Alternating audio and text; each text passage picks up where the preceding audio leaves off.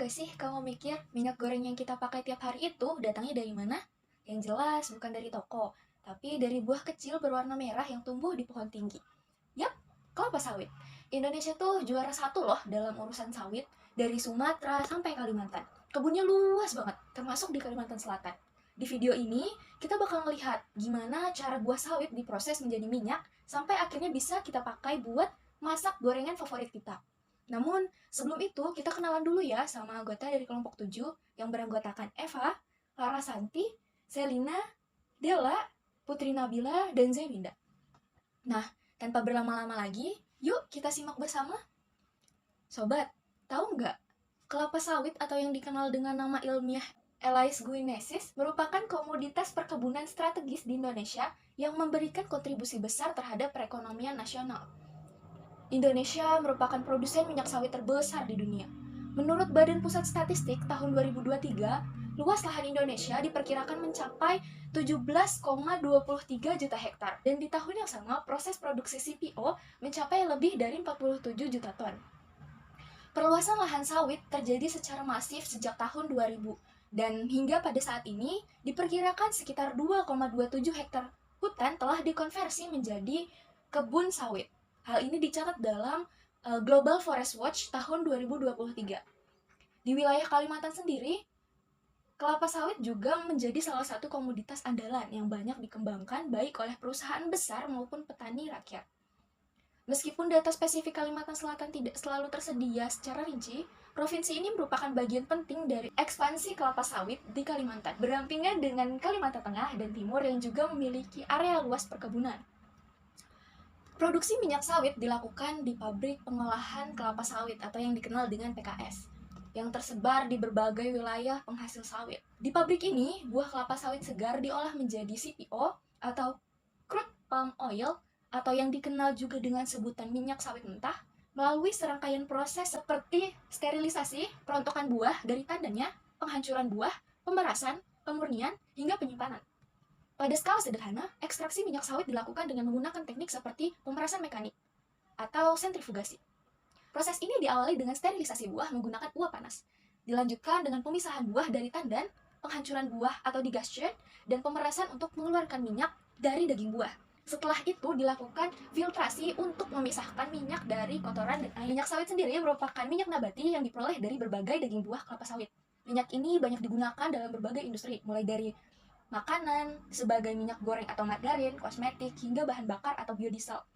Ekstraksi minyak dilakukan untuk mengambil kandungan minyak dari buah sawit yang memiliki kandungan minyak tinggi, sekitar 50-70%, guna memenuhi kebutuhan industri dan rumah tangga. Proses ini juga menjadi langkah penting dalam meningkatkan nilai tambah buah sawit, sehingga dapat memberikan manfaat ekonomi yang lebih besar bagi petani maupun industri pengolahannya.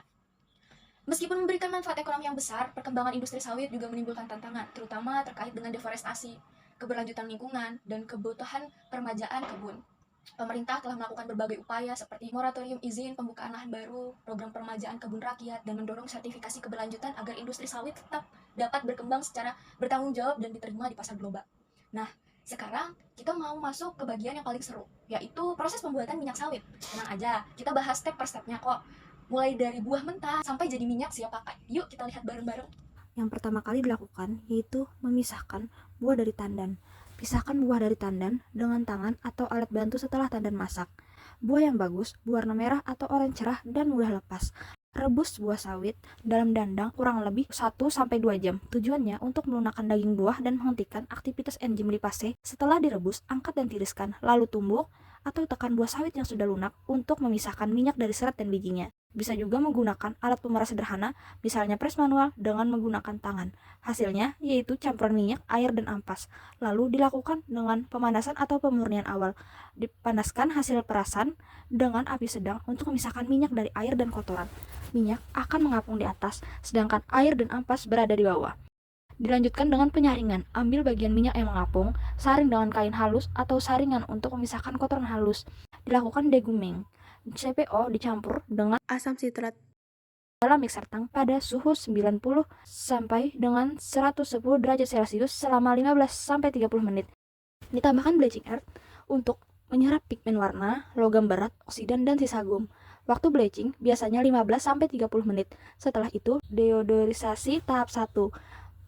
yaitu BPO dipanaskan, lalu pemanasan dilakukan untuk menguapkan senyawa volatil seperti FFA. Proses dilakukan dalam kondisi vakum. Selanjutnya dilakukan filtrasi, minyak disaring untuk memisahkan gum dan bleaching earth. Produk akhir adalah RBD VO.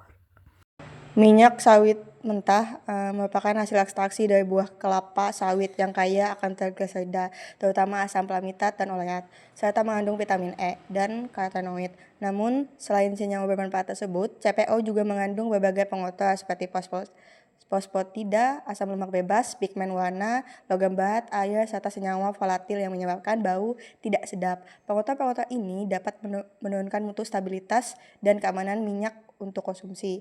Oleh karena itu, proses pemurnian diperlukan untuk menghilangkan zat-zat tersebut sehingga dihasilkan minyak sawit yang jernih, tidak berbau, aman dikonsumsi, dan sesuai standar baku mutu pangan. Pemurnian bertujuan untuk memperpanjang umur simpan dan meningkatkan nilai tambah produk akhir. Selanjutnya adalah penambahan asam sitat. Penambahan asam sitat sendiri digunakan pada proses deguming. Deguming adalah tahap awal dalam proses pemurnian minyak sawit yang bertujuan untuk menghilangkan fosfatida dan senyawa pengotor pola lainnya. Asam sitat ditambahkan dalam jumlah tertentu ke dalam minyak sawit yang dipanaskan, biasanya pada suhu sekitar 70-90 derajat Celcius. Asam sitat bekerja dengan mengikat logam seperti kalsium dan magnesium yang menstabilkan fosfatida, sehingga menyebabkan pengendapan atau pemisahan gam dari fase minyak. Bisa dilihat gambar sebelah adalah contoh reaksi asam sitat dengan logam. Tahap selanjutnya adalah tahap bleaching. Bleaching sendiri merupakan proses menghilangkan warna dan zat pengotor dari minyak sawit mentah agar menjadi minyak goreng yang lebih jernih dan berkualitas. Di mana pada tahap bleaching ini minyak CPO dimurnikan dari warna gelap, bau tidak sedap, dan senyawa-senyawa pengotor seperti logam berat. Proses ini menggunakan tanah pemucat atau yang biasa disebut bleaching earth, di mana spent bleaching earth sendiri yaitu tanah pemucat yang telah atau bekas pakai, dan di mana SBL sendiri lebih ekonomis, di mana residu CPO yang tersimpan dalam bleaching earth sendiri itu lebih sedikit jika dibandingkan dengan menggunakan adsorben arang aktif. Selama proses bleaching, warna BE berubah menjadi kecoklatan dari yang semulanya berwarna putih. Selain itu, proses bleaching juga mengakibatkan perubahan pada partikel bleaching earth. Partikel-partikel BE sangat halus, namun sebagian besar berbentuk tidak beraturan dan keropos. Setelah proses bleaching, permukaan partikel menjadi halus akibat adanya kandungan minyak yang terserap pada BE.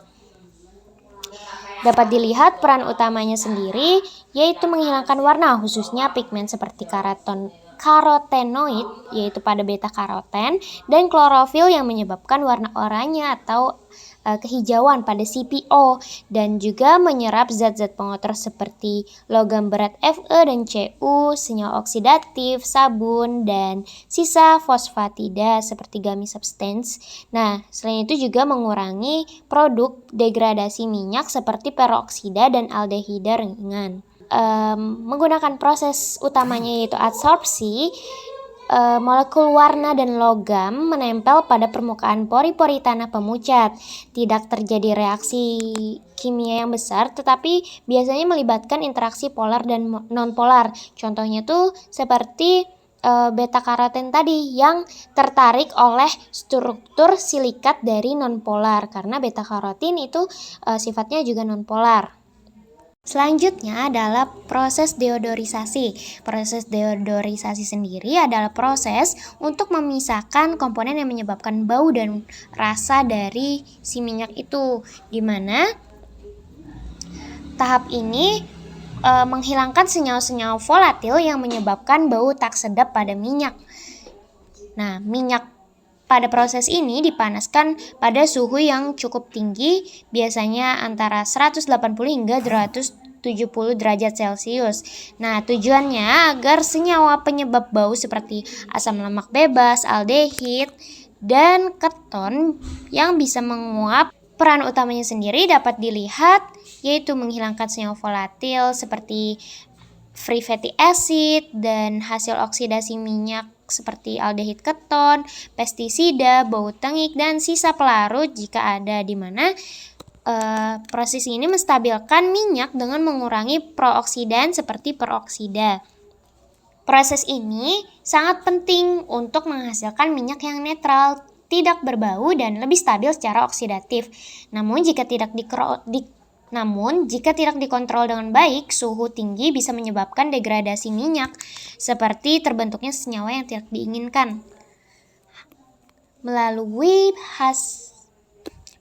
pemurnian minyak CPO, yaitu hasil dan keunggulan proses yang didapatkan dengan tahapan deguming, bleaching, kemudian deodorisasi, hingga terjadilah minyak, yaitu memiliki hasil dan keunggulan proses seperti kualitasnya yang meningkat secara fisik dan kimia, di mana warna minyak itu bahkan lebih jernih dan cerah karena pigmen-pigmen seperti beta karotin dan klorofil itu udah dihilangkan melalui proses bleaching.